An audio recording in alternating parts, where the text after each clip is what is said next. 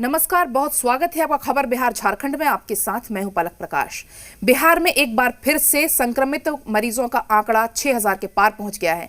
पिछले 24 घंटे में 6253 नए मामले सामने आए हैं। वहीं राजधानी पटना में कोरोना का कहर लगातार जारी है। पिछले 24 घंटे की बात करें तो पटना में 1364 नए केस मिले हैं, जबकि गया में 590, मुजफ्फरपुर में 393, भागलपुर में 386 नए केस मिले हैं।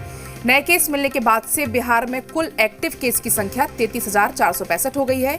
वहीं 24 घंटे के अंदर बिहार में कुल 1,04,04 सैंपल की जांच हुई है। हर रोज आंकड़ा बढ़ने की वजह से रिकवरी रेट में भी गिरावट आई है। रिकवरी रेट 88.57% तक पहुंच गया है।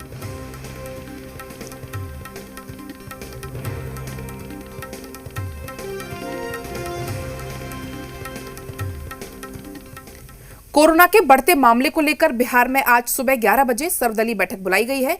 राज्यपाल फागू चौहान की अध्यक्षता में बैठक आयोजित की जाएगी। मुख्यमंत्री नीतीश कुमार समेत तमाम नेता वीडियो कॉन्फ्रेंसिंग के जरिए बैठक में शामिल होंगे। वहीं डिप्टी सीएम तारकिशोर प्रसाद और रेणु देवी भी बैठक में मौजूद रहेंगे। सभी विपक्षी दलों के नेता भी बैठक में हिस्सा लेंगे। बैठक में बढ़ते कोरोना के मामले को लेकर सुझाव मांगे जाएंगे। साथ ही सरकार की तरफ से जो कदम उठाए जा रहे हैं उन पर भी बैठक में जानकारी दी जाएगी। इसके पहले शुक्रवार को भी हाई लेवल मीटिंग हुई थी। आपको बता दें कि मीटिंग के बाद सीएम ने कहा था कि सर्वदलीय बैठक में जो सुझाव आएंगे उनको लेकर 18 अप्रैल को सभी डीएम और एसपी के साथ बैठक की जाएगी। और कोरोना के बढ़ते मामले को लेकर 18 अप्रैल को अब कोई बड़ा फैसला आएगा। अभी रोज मामले बढ़ रहे हैं। मुख्यमंत्री ने कहा कि ऑक्सीजन की कमी को लेकर भी बात हुई। लॉकडाउन, नाइट कर्फ्यू को लेकर भी 18 को ही फैसला होगा। कल एक मीटिंग होने वाली, ऑल पार्टी के मीटिंग भी होगी। गवर्नर साहब ने आमंत्रित किया है, तो उस विषय में जो सारी बातें अब तक की गई हैं उसके बारे में सब चीजों की जानकारी देना और सब लोगों की बात सुनना, और उसके बाद जो भी उपयोगी होगा उसके बारे में निर्णय लेना। तो इसके लिए फिर मीटिंग होगी और सारी बात सब लोगों का सुनना और जो कुछ भी किया गया है बताना, और जो भी परिस्थिति आ जाएगी फिर आप लोगों को ये बता देना चाहते हैं कि सारे जिलों के साथ फिर एक बार बातचीत करके सारी जानकारी लेकर के तो कुछ भी और आगे के लिए फैसला करना है वो सब निर्णय किया जाएगा। और अब बात कर लेते हैं झारखंड में कोरोना के मरीजों की। झारखंड में संक्रमित मामले में रोज नया रिकॉर्ड बन रहा है। पिछले 24 घंटे की बात करें तो पूरे झारखंड में 3,843 नए पॉजिटिव केस सामने आए, जबकि 56 लोगों की मौत हो गई, जिसके बाद राज्य में कुल पॉजिटिव संख्या 1,55,115 पहुंच गई है। अभी झारखंड में 23,045 एक्टिव केस हैं, जबकि 1,30,694 लोग अब तक ठीक भी हो चुके हैं। वहीं अब तक 1,376 लोगों की मौत हो चुकी है। आपको बता दें, पिछले 24 घंटे में राजधानी रांची में सबसे अधिक मामले 1,372 सामने आए।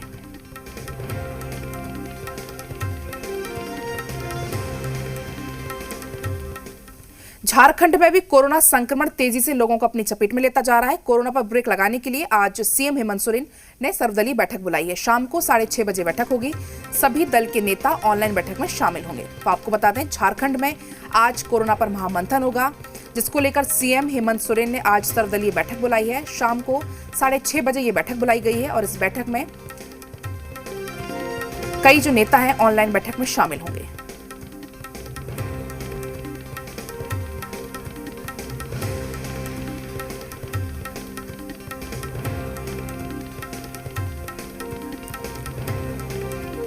और हमारे साथ तमाम जानकारी और अपडेट के साथ रांची से मदन और पटना से प्रीतम लाइव जुड़ चुके हैं। सबसे पहले मदन, मैं आपके पास आना चाहूंगी।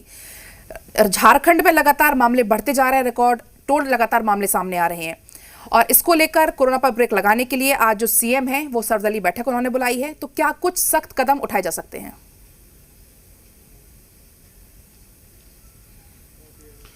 जी बिल्कुल, देखिए अब समय भी आ चुका है जो कि सरकार को एक सख्त फैसला लेना होगा, क्योंकि अब तक जो प्रयास किए गए हैं वो सफल होता हुआ नहीं दिख रहा है। जो कोरोना की स्थिति है वो बेहद ही गंभीर हो चुकी है, और इस बार के दूसरी लहर की अगर हम बात करें तो गंभीर मरीजों की तादाद इतनी बढ़ चुकी है कि अस्पतालों में वेंटिलेटर कम पड़ रहे हैं, आईसीयू बेड कम पड़ रहे हैं, ऑक्सीजन कम पड़ रहे हैं। तो ऐसे हालात जब पैदा हो चुके हैं तो ऐसे में सरकार को सख्त फैसला लेना ही होगा, और इसके लिए आज मुख्यमंत्री ने सर्वदलीय सर्वदलीय बैठक भी बुलाई है, वर्चुअल यह बैठक होगी, शाम 6:30 बजे बैठक होगी और उसके बाद उम्मीद की जा रही है कि एक सख्त फैसला जो है सरकार जरूर लेगी। हालांकि अगर हम आंकड़ों की बात करें तो तकरीबन 4000 तक अब आंकड़े जो है वो पहुंच चुके हैं प्रतिदिन के 24 घंटे के, और मौत की संख्या भी काफी बढ़ चुकी है।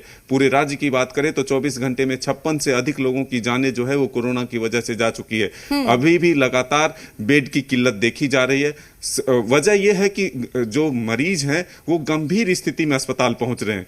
बेड सामान्य मरीजों के लिए जो कोरोना पॉजिटिव हो रहे हैं उनके लिए बेड की दिक्कत नहीं है, बल्कि जो गंभीर स्थिति में पहुंच रहे हैं अब किल्लत ये देखी जा रही है कि उन्हें ऑक्सीजन युक्त जो बेड है वो चाहिए, वेंटिलेटर्स चाहिए। तो ऐसे में अब जो स्वास्थ्य व्यवस्था है वो ढीली पड़ती हुई दिख रही है। तो ऐसे में अब सरकार को एक सख्त फैसला लेना होगा। स्थिति इतनी बिगड़ती जा रही है कि अब आंकड़े दिन प्रतिदिन 300 के करीब जो है वो बढ़ते जा रहा है। तो अब कल ही यह बैठक होनी थी मुख्यमंत्री की अध्यक्षता में, जो तमाम अधिकारी थे, उसके बाद बैठक के बाद जो है निर्णय लेना था, लेकिन आज एक दिन बढ़ाकर सर्वदलीय बैठक बुलाया गया है। अब देखना होगा कि आज देर शाम तक क्या सरकार फैसला लेती है, आगे किस तरह की कदम उठाती है, क्योंकि संक्रमण पर अगर ब्रेक लगाना है तो सख्ती के साथ पेश आना ही होगा।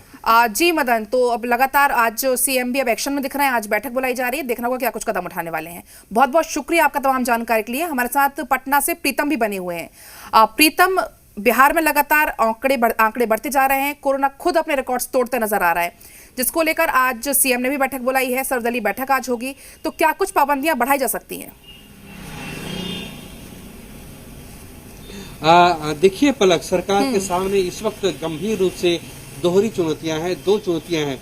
पहली चुनौती यह है कि जिस तरह से मामले लगातार बढ़ते जा रहे हैं, लिहाजा सरकार के सामने ये आवश्यक हो गया है कि वो कठोर फैसले लागू करे। दूसरी चुनौती यह है कि जो लगातार जो प्रवासी मजदूर है, जो महाराष्ट्र, गुजरात, दिल्ली से आ रहे हैं, उनकी संख्या बढ़ रही है। सरकार अगर लॉकडाउन लगा देती है तो फिर लोगों के सामने रोजगार का संकट पैदा हो जाता है।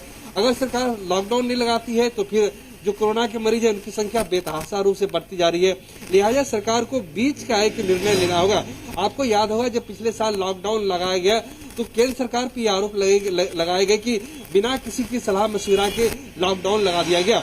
अब जो नीतीश सरकार है उसने इस चीज को भांप लिया है और वो चाहती है कि अगर हम लॉकडाउन जैसा फैसला लें तो सभी लोगों को जो अलग अलग विपक्षी दल हैं, राजद है, कांग्रेस है, माले है, वामपंथी पार्टियां हैं, इन सबको भरोसे में लेकर हम एक समेकित रूप से निर्णय लें कि लॉकडाउन लेना है या फिर लॉकडाउन जैसे फैसले लेने हैं। जिस तरह हमने महाराष्ट्र में देखा, महाराष्ट्र में लगातार लॉकडाउन की बात हो रही थी, लेकिन सरकार ने लॉकडाउन तो नहीं लिया, लेकिन लॉकडाउन जैसे पाबंदियां लागू की है। तो सबकी नजर जो है आज जो बैठक होने वाली है उस पर टिकी हुई है। पलक, ये बात है। दूसरी बात यह है कि जो बिहार में लगातार जो कोरोना के मरीज बढ़ते जा रहे हैं, उसके अनुपात में जिस तरह से सुविधा होनी चाहिए थी वो सुविधा नहीं है। सरकार अपने दावे करे, वो उसका काम है दावे करना, लेकिन जो एक मरीज है अगर आज के हालात में कोई बीमार पड़ जाए तो उसे मुश्किल से ऑक्सीजन की सप्लाई हो रही है, उसे मुश्किल से ऑक्सीजन दी जा रही है।